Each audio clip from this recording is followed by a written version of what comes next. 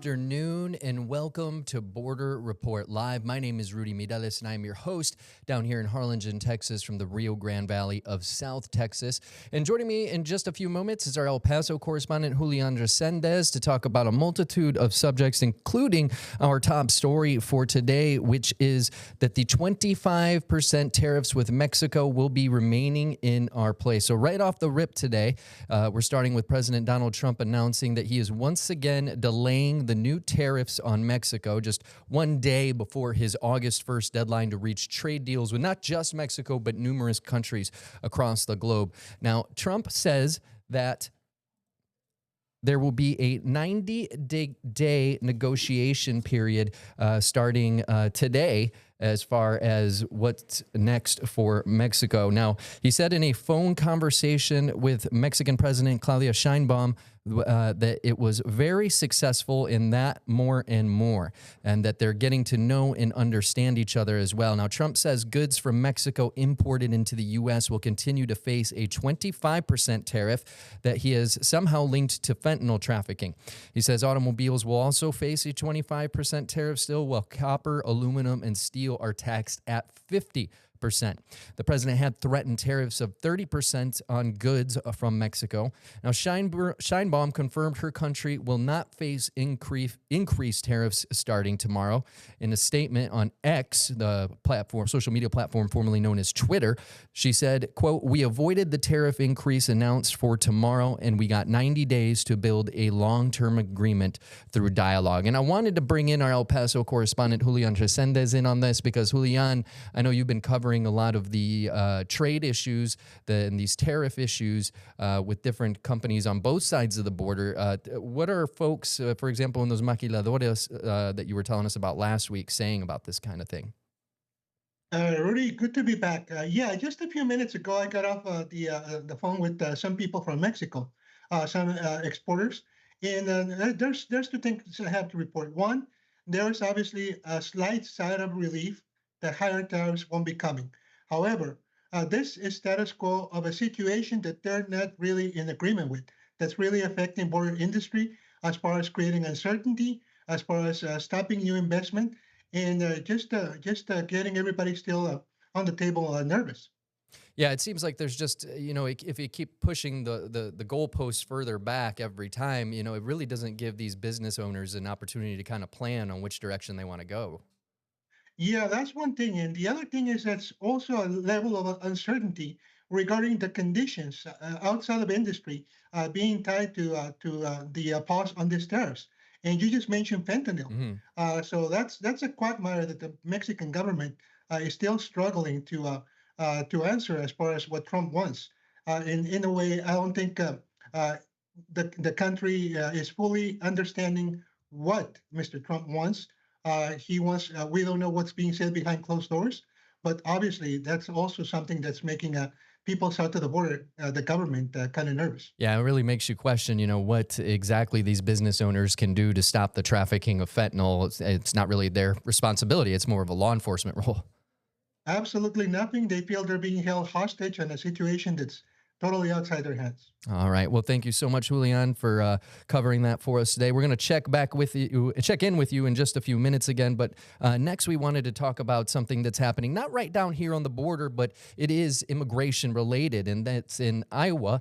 Deportations of workers not just happening down here. We told you about the ICE raids on small businesses and construction sites down here, but hundreds of workers now at the JBS meatpacking plant in Ottumwa, Iowa, have been told that they have lost their jobs and must leave the country. Now, the mayor of the city says the company sent notices to more than 200 employees from Haiti, Cuba, Nicaragua, and Venezuela that their work visas had been revoked. Now, the company was the largest employer in the city. The meatpacking union that covers that area says that all the workers had legal work visas and broke no laws. They just did what everybody else wanted to do. They wanted to come here for a decent job, to have a better life and support their families and themselves. And it's like the rug got jerked out from underneath them because of some political decisions, which I don't personally agree with. Now, the mayor said that during COVID, these same legal migrants were called essential workers. So he's pretty upset with the news of the revocation of those visas. All of the workers have been ordered to self-deport, but it's still not clear how soon they have to leave. In other news, Texas House Republicans released their first draft of the redrawing of congressional districts here in the state. This is a look at the map right there. Now, the map, although it's not official, this map is sparking some outrage among Texas Democrats. Now, the map proposal shows Republicans are aiming to gain 5 additional congressional seats ahead of the 2026 midterms, and lawmakers are targeting urban areas to create more safe Republican districts. 2 of those seats would actually come from the border area down here in the Rio Grande Valley of South Texas, and that includes districts 34, 28, and 15. And just for a little context for y'all, it's kind of a sandwich. It's a Democrat from the coast, Republican in the middle, and then another Democrat on the other side of the Republican here in the valley going all the way up to Laredo. Now, also of interest are the districts encompassing El Paso and the surrounding areas in West Texas, which are districts 23 and 16. You're going to see them pop up there. You can see El Paso all the way up to the left there at the very corner of the state. And those are those districts 23 and 16 are of big interest for folks as well. Now, the House Select Committee will be holding a public hearing to talk more about this map on Friday. Now, I wanted to bring our El Paso correspondent, Julian Resendez, back in. You've been following a lot of different things for us, Julian. You've got a wide area of responsibility to cover: Texas, New Mexico. So one of the things that you've been telling us about is the construction of ICE detainment facilities. Tell us a little bit about what you've been seeing out on your side of the border. Yes, yesterday I had the opportunity to talk to a U.S. congressman who represents southern New Mexico. And there is obviously a big migrant processing center out there run by ICE and a contractor. And what he's saying is that that center and other centers are overcrowded. And that leads us to the bigger story, which is what's going on right here in El Paso, in Fort Bliss. And that is the construction of a mega detention facility that was announced by the federal government earlier. It's supposed to be a $1.2 billion facility capable of housing up to 5,000 undocumented immigrants facing deportation at a time. We were out there. We were not told specifics, but we did find out that construction has already started. And these images that you see on your screen right now, they're exclusive Border Report and KTSM images of the site, the work site, out there in what we call Upper Far East El Paso, which abuts Fort Bliss. We see construction, and we were not allowed to get close to the site. We had to shoot this from a distance.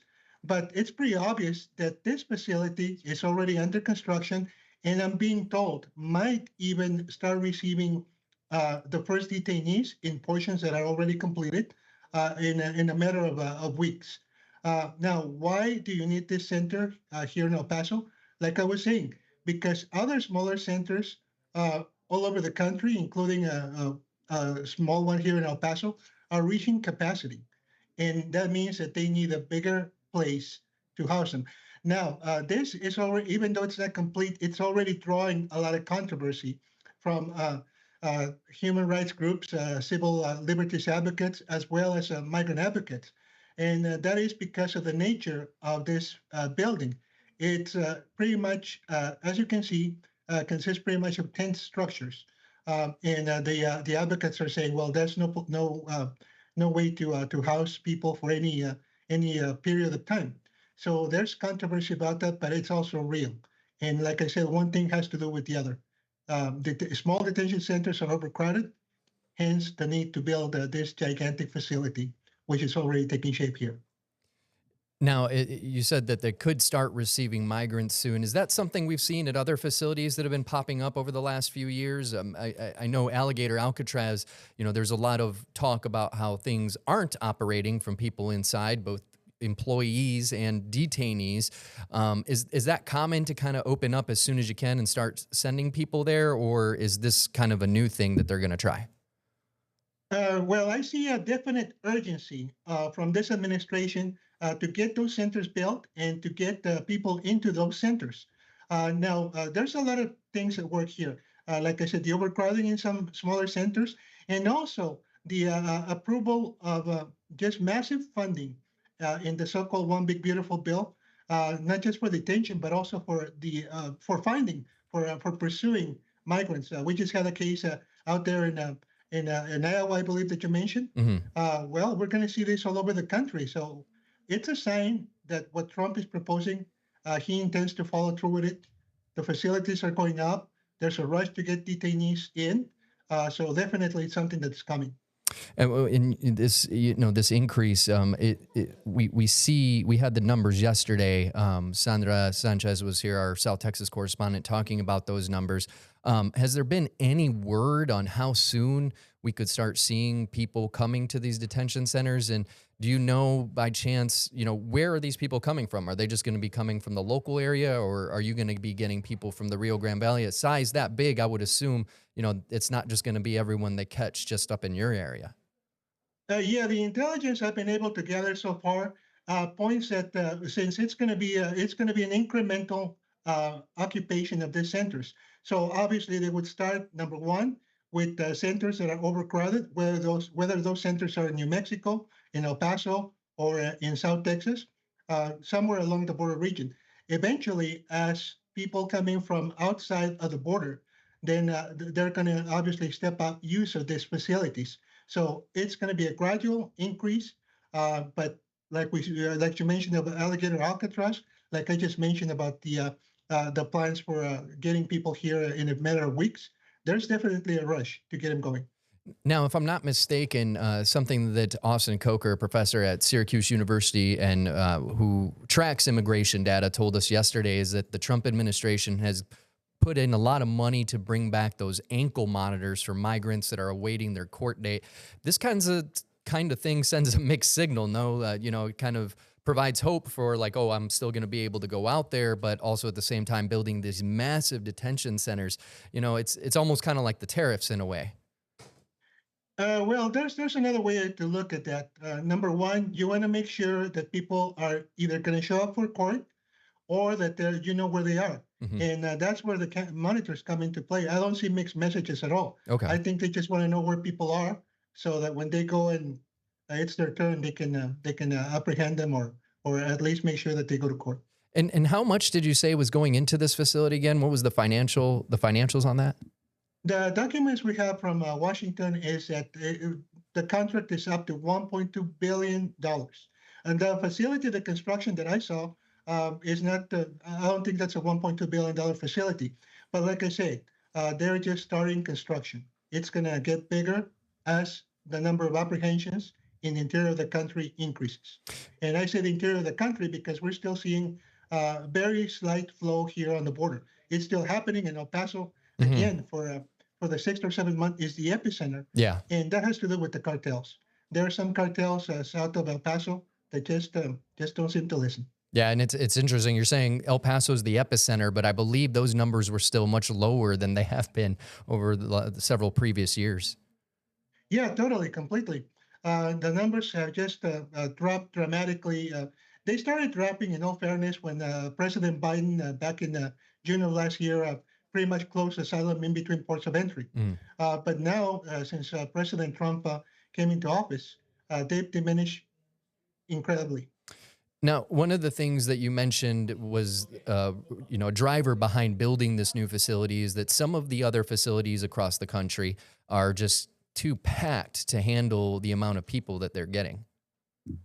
Yes, absolutely. And we have a couple of examples here in this area, like I mentioned, and we'll see an interview later in the show. The Otero County, New Mexico facility is at capacity. Reportedly, it was above capacity just a few days ago. And the El Paso facilities also are not that far behind. All right. Well, as you said, we're going to talk about that more in just a moment. So stay with us. Border Report Live is back in 1 minute.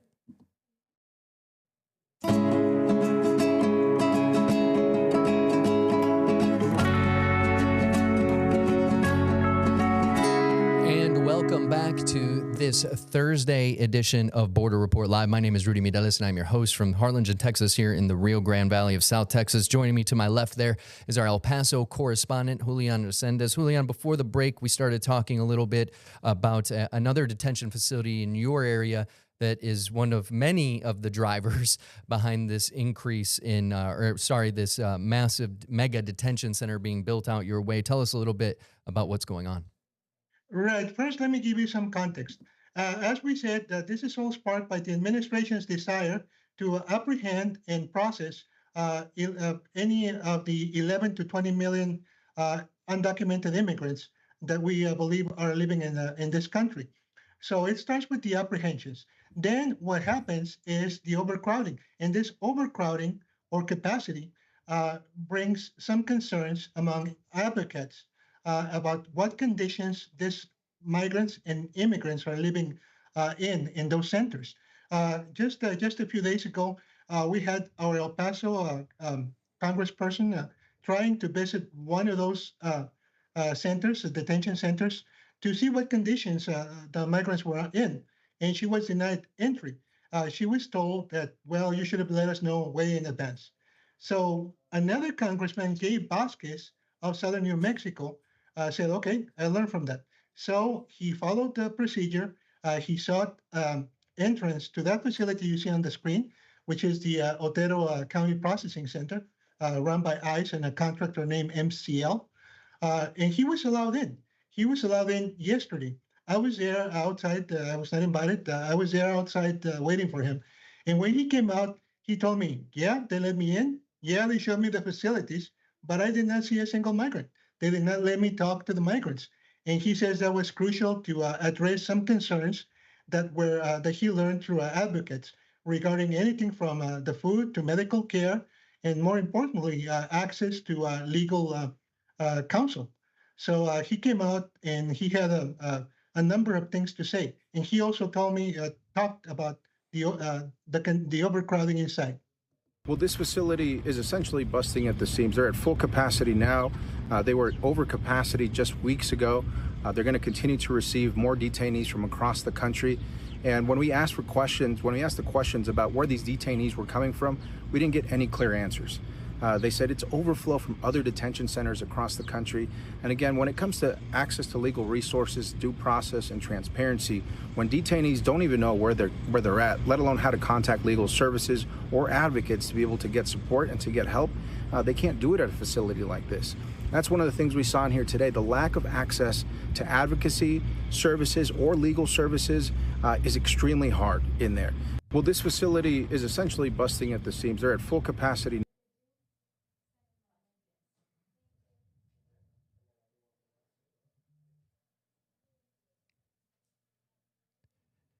And there you heard it, Julian. I mean, it's he said the facility is busting at the seams. Right. So like I said, one thing leads to the other. Small centers are overcrowded. Hence the need for mega facilities. Now, let me tell you about something else that Congressman Vasquez told me yesterday. He said that he has learned through advocates that about 80% of the detainees at that center really are not what you would call criminal aliens. None of them, only 1 in 5 has any sort of pending criminal charge or a criminal conviction for something other than immigration. That in itself is also a matter of debate. We do have very recently a very strong statement by a Republican, Senator John Cornyn of Texas, who said, wait a minute, from the moment that someone breaks our law by coming in illegally into the country, whether or not some previous administration gives him a court notice saying, okay, you can stay for now, you can work for now, that still means that the person committed a criminal act. I don't know if we have that soundbite. Yeah, we have it right here. The first false narrative I want to address is a claim that illegal aliens are not criminals, but law-abiding individuals. Neither the Democrats nor the media are willing to tell the public the truth. That the moment an alien illegally enters the United States, they have committed a crime under the U.S. law to enter the U.S. legally. America is a country of laws, and we expect anyone who wishes to come to our country to obey those laws. Another false narrative peddled by the far left is that illegal aliens are not receiving due process when they are arrested by Immigration and Customs Enforcement. This naturally begs the question, what sort of process are these individuals actually due? The idea that someone could break our laws, enter our country illegally, and then be entitled to all the rights and privileges of an American citizen is a little far-fetched, to be sure. While the Fifth Amendment to the United States Constitution applies to all individuals within the United States, illegal aliens are not entitled to the same level of due process as American citizens. The first false narrative I Now that's, Now, Rudy, I was going to say, yeah, that's a Rudy, pretty extreme statement. yeah, and I was going to comment that we heard from a Democrat and we have just heard from a Republican. So what this tells you is that there are some very strong feelings regarding illegal immigration on both sides of the aisle. On the one hand, there are people who say everybody's entitled to the same rights here in this U.S. soil, and immigrants, by and large, they're here to just to work. And on the other hand, we say we have some people who are saying, wait a minute, you got to come in the right way. You got to respect the laws. And these are strong feelings.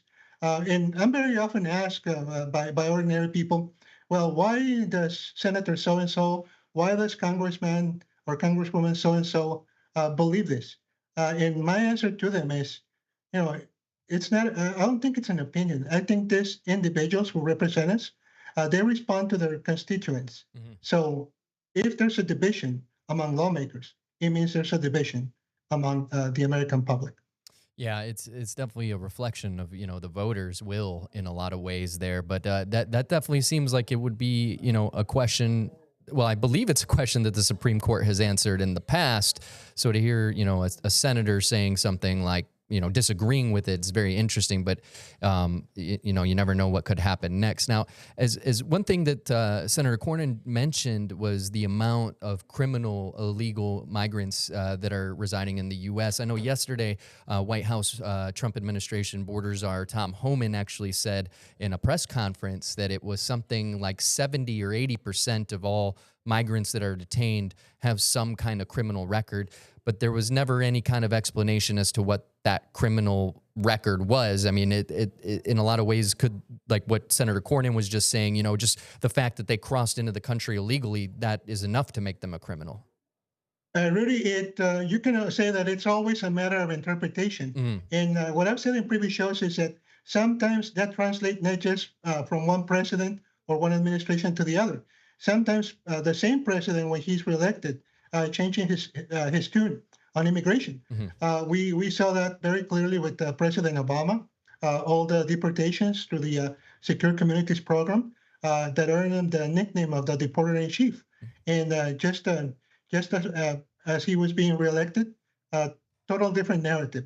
He comes up with deferred action for childhood arrivals. He tries to also push the deferred action for their parents.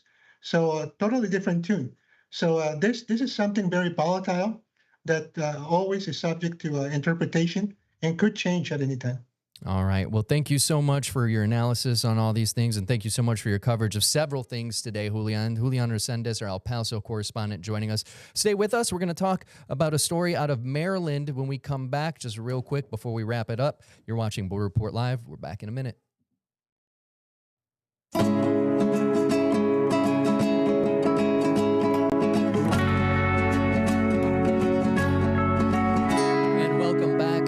Report Live. My name is Rudy Mireles, and one quick story before we go. This week, protesters have rallied in Baltimore in support of a Maryland pastor who is being held by U.S. Immigrations and Customs Enforcement in Louisiana. Now, this is video of that protest on Monday. Pastor Daniel Fuentes Espinal was in custody at the Wynn Correctional Facility in Wynn Parish, Louisiana. Fuentes Espinal is a church pastor and a construction worker and has lived in the U.S. since 2001, so about 24 years now. He was arrested last week by ICE at a Lowe's while on his way to his day job as a construction worker. ICE said he entered the country illegally on a 6-month visa, but it expired decades ago. His family said he's attempted to get a green card and he has no prior criminal record. And real quick before we go, we want to remind you to check out our partners at Political Power Ranker. It's a weekly show tracking the movers, shakers, and rule makers in American politics. Nextstar's Director of Political Content, Chris Berg, and Director of Emerson College Polling, Spencer Kimball, break down who's up and who's down in the world of politics based on data. This week, Raleigh's Russ Bowen's joining them to talk 2028 in the Tar Heel State. So make sure to check it out. You can find more on Political Power Ranker at your local Nextstar station's website. And that is going to do it for Border Report Live today. My name is Rudy Mireles. Thank you so much for watching. We'll see you tomorrow.